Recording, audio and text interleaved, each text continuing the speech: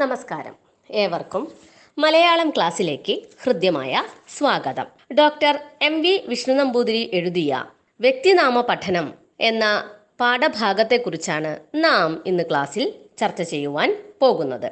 1939 കണ്ണൂർ പയ്യന്നൂരിന് സമീപമുള്ള രാമന്തളി വില്ലേജിൽ എം.വി. വിഷ്ണു നമ്പൂതിരി ജനിച്ചു. ഫോക്ലോർ രംഗത്ത് വളരെ വലിയ സംഭാവനകൾ നൽകി. ഫോക്ലോർ അക്കാദമിയുടെ ചെയർമാനായി സേവനം അനുഷ്ഠിച്ചിട്ടുണ്ട്.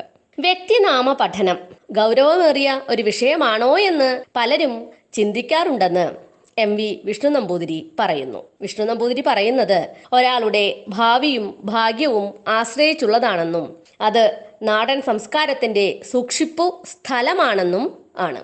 വ്യക്തിയുടെ പേര് അയാൾ ഉൾപ്പെടുന്ന സമുദായത്തിന്റെ പാരമ്പര്യം അല്ലെങ്കിൽ വംശീയ ക്രമം, വിശ്വാസം, ആചാരം തുടങ്ങിയവയെ പ്രതിഫലിപ്പിക്കുമത്രേ. ഒരാളുടെ പേര് അയാളുടെ വ്യക്തിത്വമായിരുന്നു. അതുമായി ബന്ധപ്പെട്ട അയാളുടെ സ്വത്വവും അവകാശവും കടപ്പാടുകളും പേരില്ലാതെ നിലനിൽക്കുകയില്ല. അയാളെ അറിയുന്നവരോ പേര് ഉച്ചരിച്ച് കേൾക്കുന്നവരോ അയാളുടെ ശാരീരിക സ്വഭാവം, മാനസിക ഘടന, സദാചാരബോധം എന്നിവയെ അതുമായി ബന്ധപ്പെടുത്തി മനസ്സിലാക്കുന്നു. ഭാഷണോൽപത്തി മുതൽക്ക് തന്നെ പേരിന്റെ ആവശ്യകത മനുഷ്യർ മനസ്സിലാക്കിയിരുന്നു. വ്യക്തിയും വ്യക്തിനാമവും തമ്മിൽ അടുത്ത ബന്ധമുണ്ടെന്ന് വിശ്വസിക്കുന്ന മനുഷ്യർ നാമകരണത്തിന് സാമൂഹിക ജീവിതത്തിൽ പ്രാധാന്യം കൽപ്പിക്കുകയും അനുഷ്ഠാനപരമായ സംസ്കാര ചടങ്ങുകളിൽ മുഖ്യസ്ഥാനം നൽകുകയും ചെയ്തു. പണ്ടുള്ള പല പേരുകളും തിരോധാനം ചെയ്യുകയും പുതിയ പേരുകൾ പ്രത്യക്ഷപ്പെടുകയും ചെയ്തിട്ടുണ്ട്. സാമൂഹിക വിജ്ഞാനത്തിന്റെയും നരവംശ വിജ്ഞാനത്തിന്റെയും ഫോക്ലോർ പഠനത്തിന്റെയും മണ്ഡലത്തിൽ വ്യക്തിനാമ പഠനത്തിന് സ്ഥാനമുണ്ട്. പൈതൃകം അല്ലെങ്കിൽ പാരമ്പര്യ സൂചകമാണ് സാമ്പ്രദായികമായ പേരുവിളികൾ. മുത്തച്ഛന്റെയോ അമ്മാവന്റെയോ പേര് ആൺകുട്ടികൾക്കും മുത്തശ്ശിയുടെയോ അച്ചമ്മയുടെയോ പേര് പെൺകുട്ടികൾക്കും നൽകുന്ന പതിവ് പല സമുദായങ്ങൾക്കും ഇടയിലുമുണ്ട്. ദായക്രമം, അതായത് അമ്മ വഴിയാണോ അച്ഛൻ വഴിയാണോ, രക്തബന്ധം, അവകാശം തുടങ്ങിയ പല ഉപാധികളും ഇതിന് പിന്നിലുണ്ട്. മരുമക്കത്തായികളാണ് ആൺകുട്ടികൾക്ക് അമ്മാവന്റെ പേരും പെൺകുട്ടികൾക്ക് അമ്മയുടെ പേരും ഇടാറുള്ളത്. മക്കത്തായ സമ്പ്രദായക്കാർ, അതായത് പുരുഷന്മാരുടെ വീട്ടിൽ നിൽക്കുന്നവർ, ആൺകുട്ടികൾക്ക് പിതാമഹന്റെ പേരും, പിതാമഹൻ എന്ന് പറയുന്നത് മുത്തച്ഛൻ, പെൺകുട്ടികൾക്ക് പിതാമഹിയുടെ പേരുമാണ് ഇടാറുണ്ടായിരുന്നത്. പിതാമഹി എന്ന് പറഞ്ഞാൽ മുത്തശ്ശി. കേരള ബ്രാഹ്മണർ മക്കത്തായികളായിരുന്നു. അവർ രണ്ടാമത്തെ ആൺകുട്ടിക്കും രണ്ടാമത്തെ പെൺകുട്ടിക്കും യഥാക്രമം മാതാമഹന്റെയും, അതായത് അമ്മയുടെ അച്ഛന്റെയും മാതാമഹിയുടെയും പേരുകൾ ഇടുമായിരുന്നു. ഈ പാരമ്പര്യ ക്രമത്തിന് ഇപ്പോൾ ഉലച്ചിൽ തട്ടുകയും കുട്ടികൾക്ക് പുതിയ പേരുകളും നൽകുകയും ചെയ്യുന്നുണ്ട്. വ്യക്തിനാമങ്ങളിൽ പലതും മതവിശ്വാസ അധിഷ്ഠിതമാണ്. ദേവീദേവന്മാരുടെയോ പുരാണേതിഹാസാദികളിലെ കഥാപാത്രങ്ങളുടെയോ പേരുകൾ വിളിക്കുന്നത് ഹിന്ദുക്കളിൽ പതിവാണ്.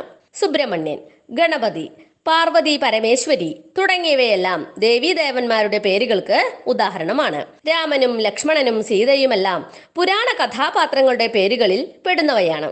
അന്ത്യദിനത്തിൽ നിങ്ങൾ സ്വന്തം പേരിലും പിതാക്കളുടെ പേരിലുമാണ് വിളിക്കപ്പെടുക. അതുകൊണ്ട് കുഞ്ഞുങ്ങൾക്ക് നല്ല പേര് മാത്രം നൽകുക എന്ന് നബി അഭിപ്രായപ്പെടുകയുണ്ടായി. ഖുറാനിൽ പറയുന്നത്, സ്രഷ്ടാവിനെ നിങ്ങൾ അല്ലാഹുവെന്നോ റഹ്മാൻ എന്നോ വിളിക്കുക. അവന്റെ പേരുകളെല്ലാം ഉത്കൃഷ്ടങ്ങളാണ്. അവൻ ആരാധ്യനാകുന്നു.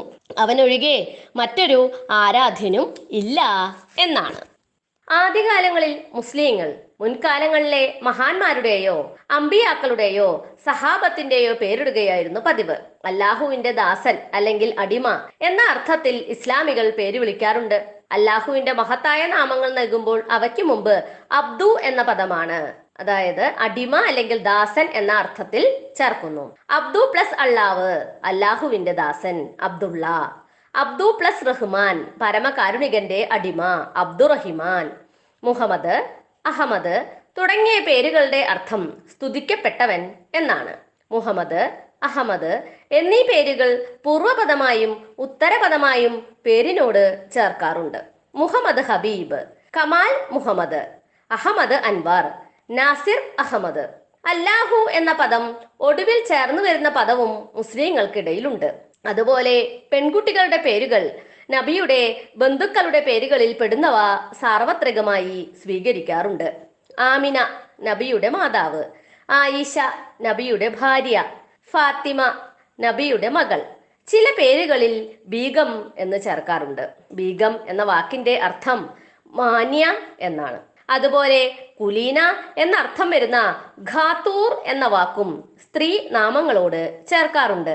ക്രിസ്ത്യാനികൾ മാമോദീസ അതായത് ജ്ഞാനസ്നാനം നടത്തി പേരുകൾ ചൊല്ലാറാണ് പതിവ്. വിശുദ്ധ തൈലം കൊണ്ട് ശിശുവിന്റെ നെറ്റിയിൽ കുരിശു വരച്ച് ദൈവത്തിന്റെ മകനോ മകളോ ആയി ആത്മീയ ജനനം നൽകുകയാണ് മാമോദീസ കൊണ്ട് ഉദ്ദേശിക്കുന്നത്. യേശുവിന്റെ പേര് കുട്ടികൾക്ക് വിളിക്കുന്നത് സാധാരണമാണ്. യേശുദാസ്, ക്രിസ്തുദാസ് തുടങ്ങിയ പേരുകൾ ഉദാഹരണം. യേശുവിന്റെ ശിഷ്യഗണങ്ങളുടെ പേരുകളും പുണ്യവാളന്മാരുടെയും പുണ്യവാളത്തികളുടെയും പേരുകളും ക്രിസ്ത്യാനികൾക്ക് പ്രിയപ്പെട്ടതാണ്. ദേവതകളുടെയും ദുർദേവതകളുടെയും പേരുകൾ ചില സമുദായക്കാർ ഇടാറുണ്ട്. ചാത്തൻ, ചാത്തപ്പൻ എന്നിവ ഉദാഹരണം. പുണ്യനദികളുടെ പേരായ സിന്ധു, ഗംഗ തുടങ്ങിയ പേരുകളും സാർവത്രികമാണ്. സൂര്യചന്ദ്രന്മാർ, നക്ഷത്രങ്ങൾ എന്നിവയുടെ പര്യായ പദങ്ങളും ധാരാളമായി കുട്ടികൾക്ക് ഇടാറുണ്ട്.